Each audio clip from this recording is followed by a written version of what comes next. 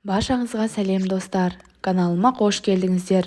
Бұл видеода сіздерге үй жағдайында жөтелден тез әрі оңай құтылуға көмектесетін әдістермен бөлісетін боламын. Күніне 3 рет қабылдасаңыз, жөтелден құтыласыз, әрі тыныс жолдарын емдейді.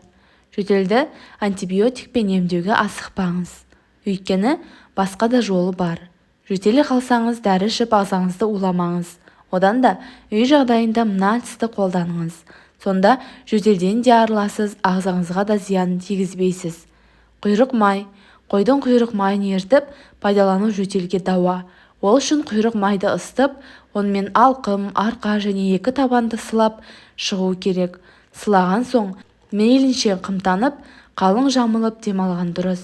Жылы күйінде майдан бір қасық ұрттау да жөтелді кетіруді жылдамдатады. Біраздан соң денеңіз жіпсіп, терлей бастайды. Себебі құйрық май ішке барған соң қолқаны жібітіп, жанды қинаған жөтел қақырыққа айналады. Борсық майы. Құрамы А, Е және С дәрумендерімен минералды заттарға бай. Бұл май керемет қыздыратын қасиетке ие.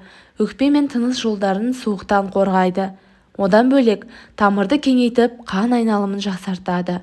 Оған қоса ағзаны бактерия мен токсиннен тазалайды. Сондықтан жөтел қысып мазаңызды алса, борсық майын көкірегіңізге жағыңыз. Емді түнде ұйқыға жатар кезде жасаған жөн. Сыртынан жылы орап жатыңыз. Емді 3 күн жүргізсеңіз, жөтелден құлан таза айығасыз. Ірі қара бұрыш.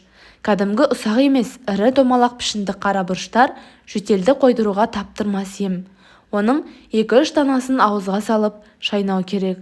Егер 3 күн қатарынан үзбей, күн сайын бір мәртеден қолдансаңыз, жөтеліңіз қайта бастайды. Қара бұрыш кеңірдекті емдеп, тыныс жолдарын ашып, жөтелуге мәжбүр етіп тұрған бактерияларды жояды. Сондай-ақ қара бұрышты қайнаған сүтке араластырып ішуге де болады. Бумен емдеу. Жөтел енді басталып келе жатқан кезде дәрігерлер ингаляция жасауды ұсынады. Егер мұндай аппарат болмаған жағдайда, қолда бар заттарды да кәдеге жаратуға болады. Мәселен, ас үй ыдысына, яғни тостаған не шұңғыл тәрелкеге ыстық су құйып, соған қарай еңкейіп, басыңызды сүлгімен қымтап алу керек. Бірнеше рет бумен демалу жөтелді босандырады. Егер ингалятор аппараты болса, бұл процесс жеңілдей түседі. Бал қосылған сүт. Бұл ежелден қолданыстағы ем. Алдымен сүтті пісіріп аласыз. Бөлме температурасында салқындаған соң стаканға құйыңыз. Оған 2 шай қасық бал және 200 грамм май және бірнеше тамшы зәйтүн майын араластырып ішіңіз. Бұл қақырықтың шығуына ықпал етеді. Тамағыңызды жіпсітеді, әрі тамақ ауруын басады. Сіздермен бөліскім келген әдістер осылар еді достар. Қолданып көріңіздер, ем болсын, ауырмаңыздар.